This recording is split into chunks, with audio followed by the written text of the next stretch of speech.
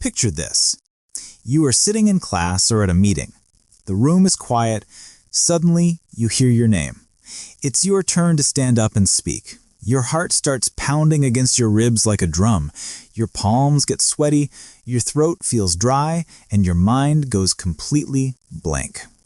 That terrifying feeling is something almost everyone has felt. But what if I told you that you could turn that fear into fuel?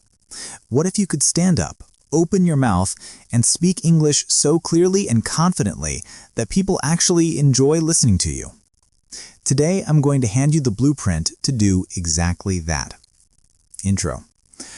Hello, everyone, and welcome back.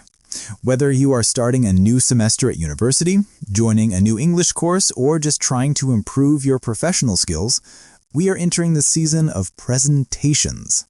And let's be honest, for most students, the idea of giving a presentation in English is a nightmare. You might think, my vocabulary isn't good enough, or everyone is going to judge my accent, or I'm going to freeze and forget everything. If these thoughts keep you up at night, I have good news. You are not alone. Even native English speakers get nervous. Even professional speakers feel that butterfly sensation in their stomach before walking on stage. The difference between a nervous mess and a confident speaker isn't magic, it's a system. And today, I'm going to teach you that system. The first step, preparation. Let's start with the foundation. You cannot build a house without a blueprint, and you cannot give a confident talk without preparation. If you prepare correctly, you have already won half the battle. The biggest mistake I see, students copying and pasting information from Wikipedia or a textbook. Please stop doing this. If you just memorize facts and numbers about a topic like climate change or the history of the internet, you will sound mechanical. You need to truly understand your topic. Ask yourself this question. Could I explain this idea to a friend while we're having coffee? If the answer is no, you don't know the topic well enough yet. You need to digest the information and rewrite it in your own simple words. The second step, structure. Once you know your topic, you need a map. Without a structure, your presentation is just a random collection of sentences, and your audience will get lost. You might have seen videos online titled, How to Give a Great Presentation, and if you click them, they all say the same thing for a reason. Structure is king. Keep it simple. You need a beginning, a middle, and an end. In the beginning, you say hello and tell us where we are going. In the middle, you share your main points. Limit yourself to 2 or 3 key ideas. In the end, you summarize and say goodbye. Think of it like being a tour guide. You need to tell the tourists, your audience, exactly where the bus is going so they can relax and enjoy the ride.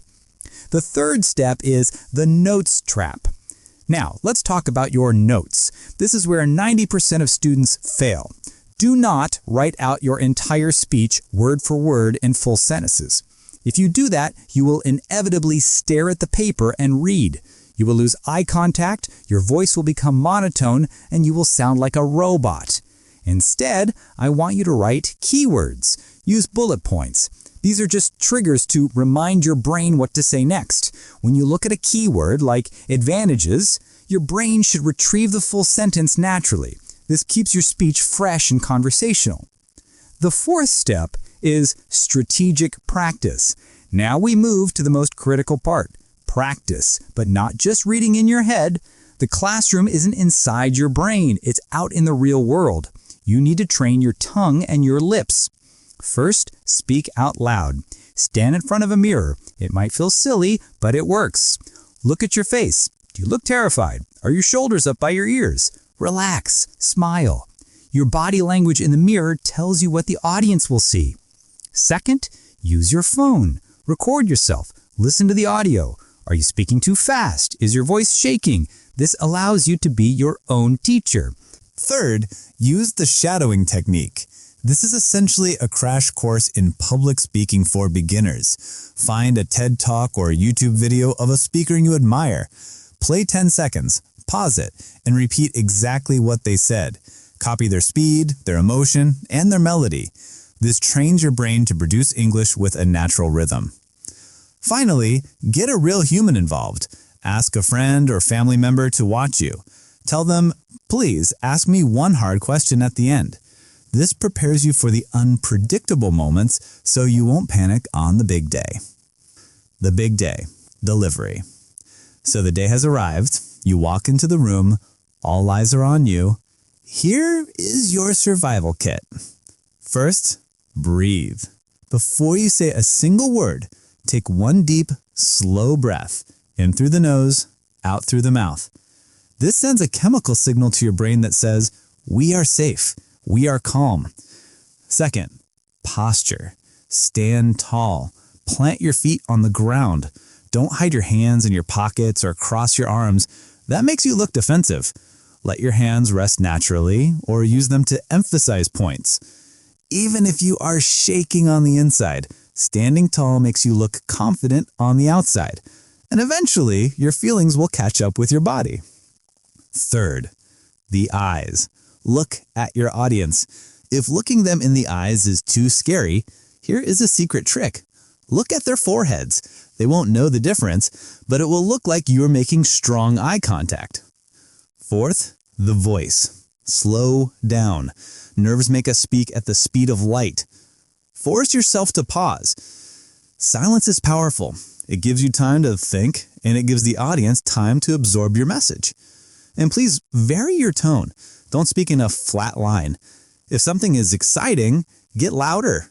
If something is serious, slow down and drop your volume slightly. Practical phrases to use. To make this even easier, let me give you some plug-and-play phrases you can use tomorrow. To start, keep it classic. Good morning, everyone. My name is Name, and today I'm going to talk about blank. To outline your roadmap, my presentation has 3 parts. First, I will cover X.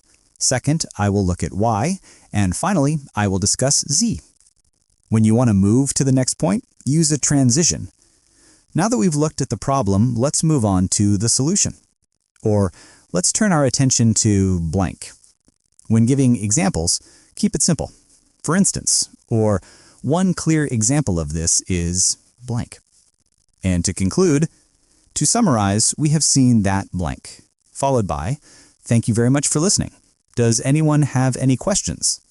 Remember, you do not need to use complex Shakespearean English to impress your teacher. Simple, clear sentences are always better than complicated ones that you stumble over. Clear communication is confident communication. Confidence isn't something you're born with. It is something you build, brick by brick, through preparation and practice. Every time you stand up and speak, you get a little bit stronger. Thank you so much for spending this time with me. If you found these tips helpful and want to continue mastering your English journey, please hit that like button and don't forget to subscribe to English Glow. I'll see you in the next video.